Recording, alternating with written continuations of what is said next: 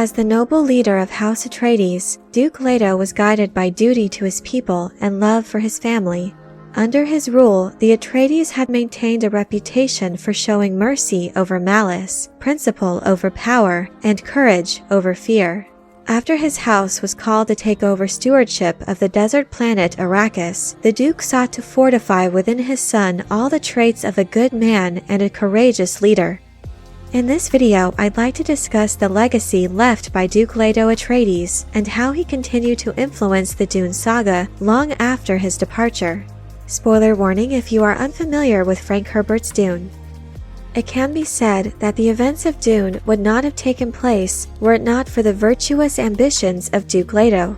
In the time leading up to his being given the stewardship of Arrakis, the Duke had risen to a place of unmatched prominence in the body of noble houses known as the Landsraad. Leto had garnered this popularity largely through his demonstration of strength of leadership, imbued with an undying spirit of loyalty and compassion. Leto firmly believed in the power of supporting his people to the best of his ability, proving to them how much better they lived under his rule. He was the last in a long line of dukes on Caladan who tirelessly sought to ensure prosperity and equality among their subjects. The Atreides' reputation for fairness and justice stood out among the other power-hungry and ruthless houses of the Imperium.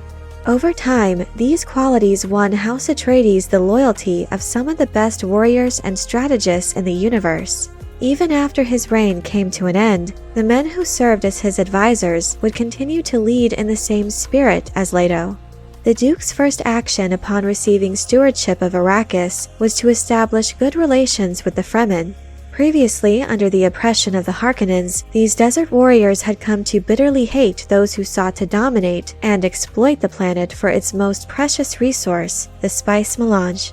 In contrast to the Harkonnens, however, Duke Leto demonstrated his ability to see the potential in others, to inspire them in a spirit of cooperation in working toward a common good. It was said that the Atreides always paid their way and let the enemy be the pillagers. They refused to resort to less than honorable methods to achieve their goals. While the Duke severely underestimated the time he would have to gain the Fremen's loyalty, after his defeat, his son Paul would see to the fulfillment of his father's mission. In the years that followed, Paul successfully garnered the favor of the Fremen and subsequently wielded the overwhelming force of desert power in his bid to retake control of Arrakis and to usurp the Emperor, cementing House Atreides in its rightful place. Duke Leto's legacy was echoed first and perhaps loudest by his son in the early years of the Dune saga, as Paul, like his father, sought to adapt to the culture of the Fremen, treating their people and their customs with dignity and respect. Paul acted out of a strong sense of justice, but was also largely moved by a spirit of vengeance, seeking to hold his enemies accountable for their treacherous role in his father's death. While his Bene Gesserit training and prescient abilities as the Kwisatz Haderach were certainly a large factor in his efforts to lead the Fremen, Paul's utilization of the training given to him by his father cannot be understated. His followers closely mimicked the persistent loyalty and ardor found in Duke Leto's subjects on Caladan. It was later said that Paul's moral strength had also come directly from his father. Duke Leto's influence on his descendants continued on to his grandson, Leto II, who would eventually become the mighty and terrible God Emperor of Dune. It was noted that Leto II had his grandfather's cautious, measuring look about him, evaluated against a latent wildness and the susceptibility to dangerous decisions. As the God Emperor, Leto II would dominate the Imperium for thousands of years as he walked humanity down a golden path to its survival. Paul had also seen this golden path, but abdicated responsibility, leaving the choice to his son. After struggling to come to terms with the fallout from his jihad, which resulted in the death of billions and the loss of his beloved Chani, Paul found the golden path too terrible to accept and was not strong enough to lead mankind any further toward this future.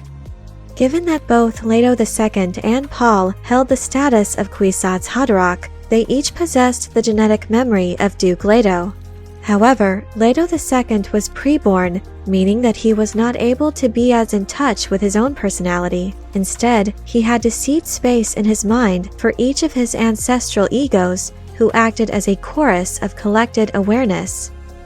Among that chorus were of course the old dukes of House Atreides, and because of their influence, Leto II found himself having to make a difficult decision. The Atreides part of him begged him to follow their family's mystique of living and dying for their subjects. However, his knowledge of the future required him to transform himself into a monstrous god, a tyrant leader unlike any Atreides that had ever ruled before. This meant that he would need to rid himself of the inherited Atreides traits of honor and compassion, qualities which had previously enabled his grandfather, the Duke, to rise to a place of universal popularity. Instead, as the God Emperor, he would need to rise to a place of universal infamy, hated by all. Through his terrible rule, he sought to implant a lesson within the bones of all humanity, a deeply ingrained aversion toward the tendency to seek sheltered safety and comfort, to implant within them a healthy distrust of charismatic leaders, encouraging them to think for themselves. Although the Golden Path required the God Emperor to sacrifice several hallmarks of their house's rulership, the Atreides' knack for audacity and a heavy sense of obligation to one's subjects remained intact, as Leto II was careful to keep clear in mind his objective, saving humanity from its otherwise inevitable destruction. To accomplish this goal required a similar courage, determination, and resolve as held by his grandfather, Duke Leto, along with the same unfailing willingness to submit to agony, to accept the challenge of doing whatever must be done in the pursuit of a better future. All this being said, perhaps the final, biggest echoes from the life and legacy of Duke Leto were made manifest in one of his closest advisors, the famous swordmaster of the Ginaz, Duncan Idaho. In Frank Herbert's Legendarium, it is said that Duncan is more an Atreides than many born to the name. For this reason, the God Emperor saw fit to maintain a Gola copy of the old Atreides swordmaster who would serve by his side throughout his multi-thousand-year reign. Leto II saw Duncan as the ultimate product of the Atreides. He was taught by Duke Leto to live in the service of the people he governed, to measure a government by the lives of those living under their rule, and to seek out and safeguard the knowledge of how the common people live. Each Gola Duncan proved themselves to be a moral baseline, helping to determine the effectiveness of the God Emperor's tyrannical rule. Leto II saw Duncan as a reminder to humanity of the need for a moral code and a sense of honor and justice. In all of the Dune saga, he is perhaps the most human of all. As the ultimate product of House Atreides, the Golas of Duncan would continue to fight for life, reflecting Duke Leto's legacy throughout the pages of Frank Herbert's mythos. But I'm curious to know what you think of the life and legacy of Duke Leto. What areas in the Dune series do you see his influence? Let me know your thoughts in the comment section below. I hope you enjoyed this video. Leave a like if you did, and be sure to subscribe for more Dune and other sci-fi and fantasy news and lore. Thank you all so much for your support, and as always, have a very nerdy day.